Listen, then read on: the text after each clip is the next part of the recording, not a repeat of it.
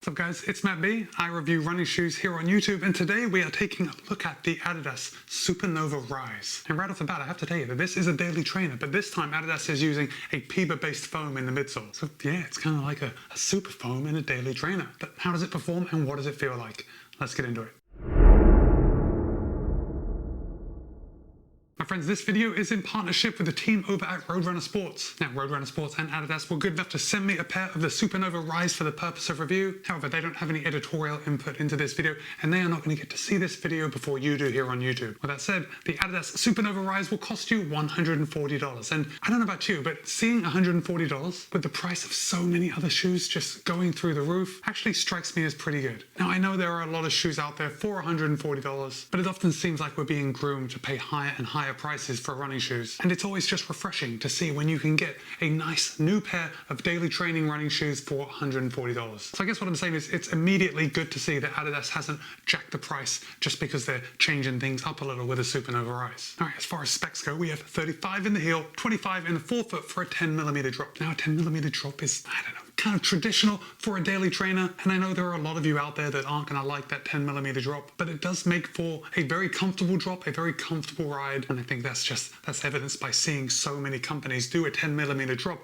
in their daily trainers. I was also happy to see the weight of the Supernova Rise. Now Adidas claims that a US men's size 9 tips the scale at 9.8 ounces or 277 grams. However, in my size, a US men's size 13, it tips the scale at 12.1 ounces or 342 grams. So actually not too shabby. It's not a race day shoe. We're not expecting a feather light shoe here, but in my size for 342 grams, I'm actually glad to see it. And of course, we're going to talk more about how this shoe rides in just a second, but I know a lot of us, we can get hung up on weight. So for a daily trainer, 342 grams in my size is pretty fantastic. Now, obviously, and I've already said it, this is a road running shoe and it is a daily trainer. It's kind of made for everything. It's made for those bread and butter miles rather than specific workouts or specific events like races. This is the shoe that you're going to put on most of the time and just knock out what you need to do. And by that, I mean, it's probably best for your easy runs. But I've tested it in a couple of different scenarios and we'll talk about that when we talk about the ride. But let's talk about feel and fit. And we're going to start at the top and work our way down.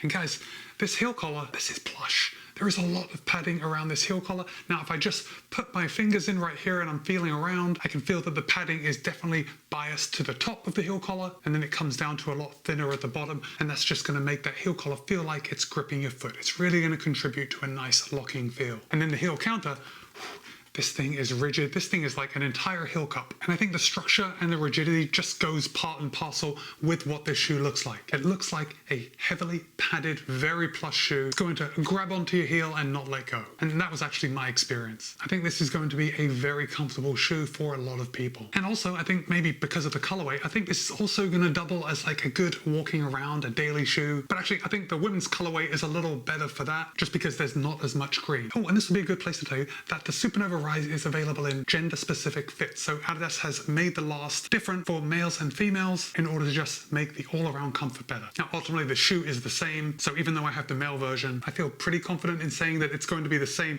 as the female version. As far as the upper goes, Adidas is using an engineered sandwich knit upper, and I thought maybe it was going to feel a little oppressive, but that wasn't the case. Now, when I did go ahead and put my hand into the shoe and I kind of felt how thick it was, and then I took a closer look, I realized that the upper is actually not that thick, which is surprising in a daily trainer, because sometimes we get these uppers that are just very thick. They don't breathe well, especially in daily trainers, and that wasn't my experience with the Supernova Rise. Now, of course, I am testing this in the wintertime, but I'm testing it in the wintertime in Florida. I guess what I'm saying is that I haven't tested it in super warm temperatures, but it probably has been warmer than where you live, and I haven't experienced any overheating in my foot. So all in all, it's a very comfortable and breathable mesh upper. As far as the structure of the upper goes, we do have an underlay coming around the toe box. That's just keeping that mesh upper off your toes. I had plenty of room in the toe box. Now, I wouldn't say it's a wide toe box, but it's definitely not narrow. And obviously we've got the Adidas stripes on both sides. And you see on my colorway, we've got this kind of a green brick pattern that kind of wraps around the entire shoe. Now, obviously this is just an aesthetic accent, but it's also given the upper a little structure. And then we've got the overlay coming right along the eyelet chain, just giving a little extra support.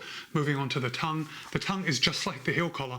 It's super plush, guys. Like, if I'm honest, I look at this tongue and I think, oh, it's so thick, it's so plush. I like them to be a little thinner. But the thing thing is that the comfort that you get with this level of plushness, this level of cushioning, can't be understated. Again, when you put your foot into the Supernova Rise, it feels very good. So it's thick, it's plush, it gives you a good lockdown. Now the tongue isn't gusseted, but we do have a lace loop right in the middle. And I guess because of the lace loop, I didn't experience the tongue moving around at all. I actually had a very good lockdown in this shoe. Okay, let's move down to the midsole, because I think this is the star of the show, especially because Adidas is using a brand new foam and it's being debuted in the Supernova Rise. And that is Dream Strike Plus. Now, Dream Strike Plus is a PEVA-based foam, but it uses 20% bio-based materials. Now, I should point out that the PEVA-based midsole in the Dream Strike Plus doesn't ride like other PEVA-based shoes that I've used. To me, I hear PEVA, I think, oh, race day shoes is typically the foam that is used in a lot of companies' race day shoes. It's lighter, it's more responsive, and it generally has that feeling of pop. I think Adidas has tweaked the formulation of the Dream Strike Plus, so it doesn't ride like that. It does ride like a daily trainer to me, but we'll talk more about that in just a second. But this PEVA-based midsole isn't the end of the story.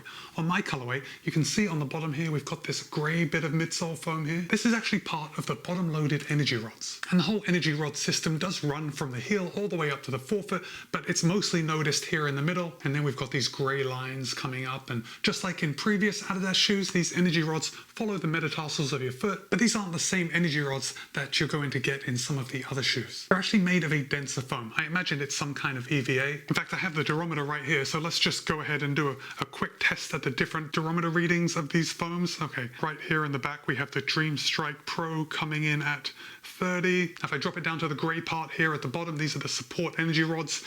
It's given me a reading of 41, 40. Okay, now let's try this energy rod here on the bottom, and 41. So the energy rods are definitely a lot denser. They're a lot firmer than the bulk of the Dream Strike Plus. And what these energy rods do is just give a feeling of support. They're kind of supporting the PEVA foam and just making the whole ride seem a little smoother. And I'm sure that these support rods contribute to the very smooth feeling ride, but that can't be the end of the story.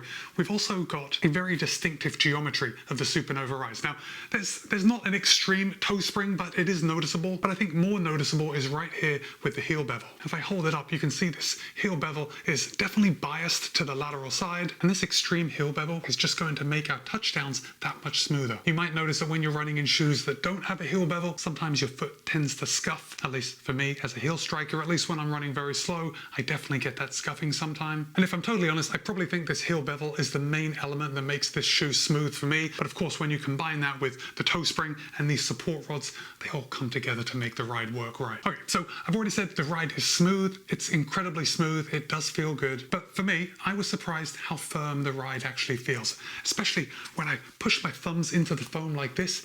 Guys, it feels very soft. Feels like this ride is going to be as plush as this heel collar, and it's not. And that's not actually a bad thing. And because this is a daily trainer, I think we don't want the most plush ride all the time. We need something to kind of be in the middle. And I think the Supernova Rise kind of toes that center line very well, if not leaning over just a little bit into the firmer side. Now, in my testing of a lot of other shoes, I have tested shoes that are remarkably more firm than this. So I don't want you thinking this is overly firm. I'm just saying that it was firmer than I expected it to be. But I'll tell you a benefit of that firmness is that even though we have 35 in the heel, 25 in the forefoot, the Supernova Rise gave me a sensation of road feel. Now, I know I'm not feeling the road with that much stack height, but because of the firmness, it gave me that sensation of road feel, which made me feel a little more in control. It made me feel like I was running on a stable platform. And although this is not a stable shoe in any way, it is a neutral shoe. It does ride very stable. I think we got a nice wide base here too, which is also contributing to that feeling of safety and stability. But what I was saying is that because of the firmer foam, this shoe picks up the pace a little better than I would have expected. Now, again, daily trainer, best going out for those easy runs. I'm not going to take anything away from that. That is why you're going to buy this shoe. But I did take this shoe out for a 10K tempo run. Or actually, I was getting more to the lactate threshold end of the tempo. But my point by telling you about that workout is that I didn't experience anything negative because of this shoe. Usually, I will wear a super trainer or even a race day shoe for some of my faster workouts. And the Supernova Rise performed exceedingly well. My paces were right where I wanted them to be. My heart rate corresponding to the pace was right where I wanted it to be. And because of the slightly firmer foam than I would have expected, and the geometry of the heel and the toe spring, the shoe felt relatively fast. And I say relatively because I want you to keep in mind that this is a daily trainer and you're probably going to use something else for your workouts, but it's good to know that the shoe will actually feel okay when you do pick up the pace, when you have to. I know a lot of us like to do strides at the end of our easy runs just to get our legs turning over, and the Supernova Rise is actually going to feel pretty good when you're doing that. So I don't want anyone thinking that this is a super responsive ride. It's really not, but it gives you a feeling of responsiveness. Now, maybe some of you would argue that that is responsiveness, and I also imagine that it's what we compare it to, and we can't be comparing this to faster shoes or shoes that are made to go faster. But that really is me just talking around the issue. The nugget is that the Supernova Rise is a really solid daily trainer, and I can't imagine that many of you will go wrong by buying this shoe. I often feel like when I test daily trainers that they're only good for the slower paces, which is totally fine because that's what you're going to be using them for. But I think the Supernova Rise does kind of edge out some of those other shoes, mainly because of the midsole foam. So with that, I think Adidas has done a pretty good job with their Dream Strike Plus, and I look forward to trying this foam in other shoes. All right, I'd love to hear your questions about this shoe and if you have run in it. And with that, it's Matt B. This has been my review of the Adidas Supernova Rise. Be kind, be happy, run well. See you in a couple of days.